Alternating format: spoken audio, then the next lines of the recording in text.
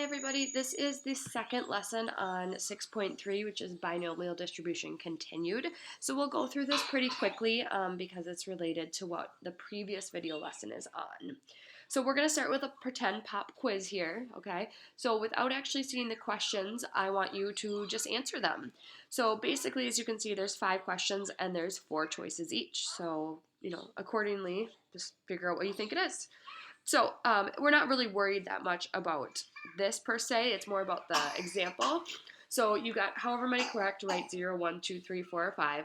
But why is this a binomial setting? So remember, when we do binomial, we need to follow bins.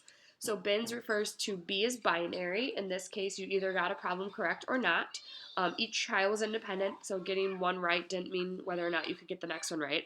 There were 5 trials because there were 5 questions, and the probability of success was 1/4 because there's an A, B, C, or D option for each of them. So this is a bins example, so it's binomial. So then it says calculate the probability of getting exactly 2 correct. So we can use binomial PDF because we're looking for a specific example. This would be basically we're looking for probability of x equals 2 would be the notation we'd use for that. So we first put n, which is the number of trials. So there's 5 questions. The probability of getting it right was 0.25, and we wanted exactly 2 right. So 26.4% of the time, people would get 2 right. So that's it for that question.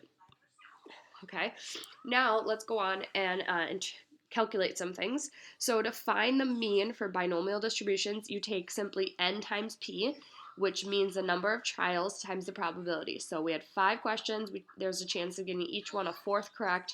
So we just multiply those, we get 1.25. Okay, the standard deviation is this formula. So it's n times p times the opposite of, or the complement of p. So the number of trials again was 5. So there's 5 questions. The probability of getting a question right was 1/4, and the probability of getting it incorrect, so 1 minus p, was 3/4, so 0.75. We square root that and we get this for our standard deviation. Next question, what's the probability of getting at most 3 correct? So if you want, we can look at this notation right here. At most means we could get 3, 2, 1, or 0. This is what the CDF button does on our calculator. And when you type it in, you're going to go number of trials, probability, and then the value you want. So it's still 5 questions, it's still a 4th, but we want at most 3. And so again, that's why we're using CDF, not PDF, because it's at most, so it's not an equals to.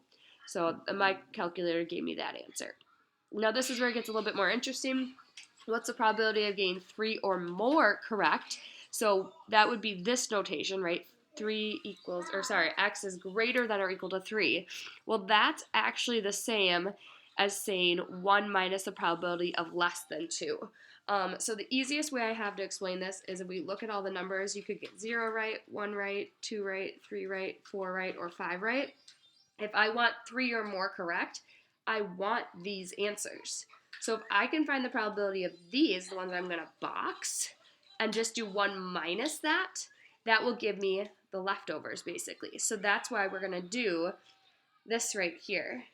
1 minus probability of x is less than or equal to 2. So this is a CDF again because we have the inequality sign. It's not just an or equal to. It's just an equality sign, so it's CDF.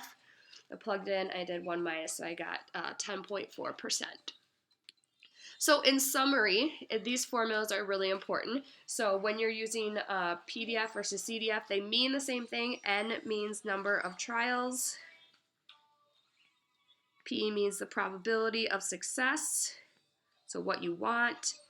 And X is how many successes. Okay, again, the difference is, let's see if I can spell it right, is this is X is less than or equal to a number, and this one is X equals a number. That's the biggest difference. Okay, and then I have some sentence stems for you for mean interpretation. After many, many trials, the average number of successes is X out of N. And again, the formula is just what we wrote down before, N times P. A standard deviation interpretation is the number of successes typically varies by that standard deviation from the mean. All right, let's try it one more time with an example. So it says, Are you more willing to random drawing if you crinkle the paper? So they took 100 equally sized slips of paper and crinkled 25 of them. Okay, after mixing them well, we asked an uninformed person to select one at random. They looked at the slip and then they returned it to the box and then they did it again. They did this 10 times. Y is the number of times that a crinkled paper was selected. So is this binomial? So we got to go through the bins thing. So it is binary. A paper is either crinkled or not. Okay, each trial is independent because we replaced the thing, right? So it doesn't matter what the first person drew, they throw it back in the pile, it's the same probability. We're only playing it 10 times. This 100 is just there to get the probability. So this probability is a 25% success rate because it's 25 out of 100 would get you a crinkled paper.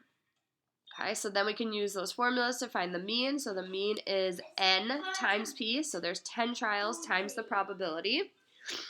And then the standard deviation is that square root one. So it's the number of trials times the probability of failure. So it's the opposite of it.